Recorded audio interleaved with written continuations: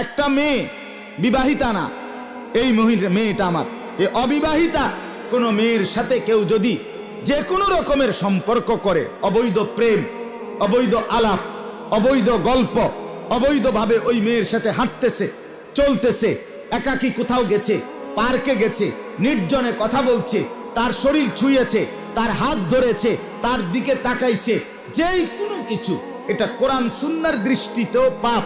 পাপ কিনা? আর এই সমাজের সুস্থ বিবেকবান মানুষের দৃষ্টিতেও কথা বলেন না কেন? অন্যায় কিনা বলেন? যেই কোনো বিবেকবান, যারে খোদা বিবেক দিছে, এখনো যার বিবেক মরে নাই, তার চোখে এটা অন্যায় কিনা? এটারে বলে অশ্লীলতা, ফাহশা, ফাহিশা। ওয়ালা তাকরাবুজ জিনা ইন্নাহু কানা ফাহিশা।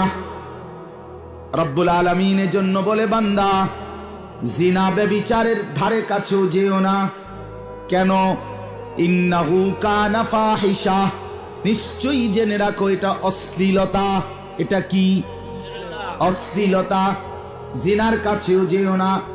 আল্লাহর নবী সাল্লাল্লাহু আলাইহি ওয়াসাল্লাম সরাসরি হাদিসে বলছে, উম্মত, জিনা চোখেরও হয়, জিনা হাতেরও হয়, জিনা কানেরও হয়, জিনা পায়েরও হয়, জিনা দিলেরও হয়, সর্বশেষ জিনা লজ্জাস্থানের হয়।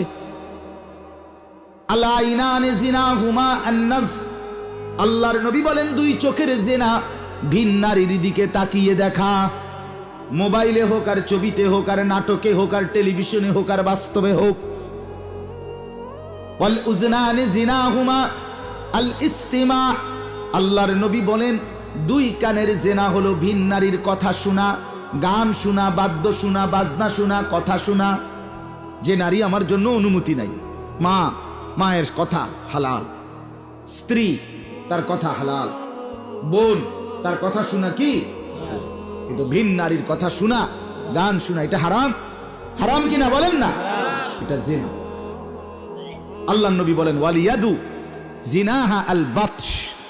হাতের জিনা কোন নারীকে ছুঁয়ে ধরা, হাত ধরা, ভিন নারীকে ধরা।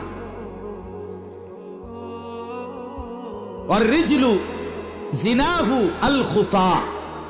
নবীজি বলেন, আর পায়ের জিনা ভিন নারীর দিকে শাহওয়াতের সাথে হেঁটে যাওয়া, এগিয়ে যাওয়া, একসাথে একাকী অথবা বিনোদন কেন্দ্রে অথবা চলার পথে অথবা পার্কে, রেস্তোরাঁয়, হোটেলে, যেই কোনোখানে কোনো ভিন নারীর সাথে হাঁটা চলা, এটা পায়ের জিনা।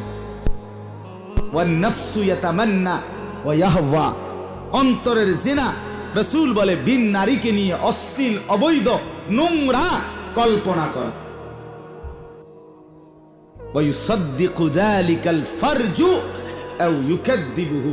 নবীজি বলেন, জিনা হইতে হইতে চোখের জিনা, হাতের জিনা, কানের জিনা, পায়ের জিনা, দিলের জিনা, অন্তরের হতে হতে এক পর্যায়ে লজ্জাস্থান সেটাকে চূড়ান্ত পরিণত করে।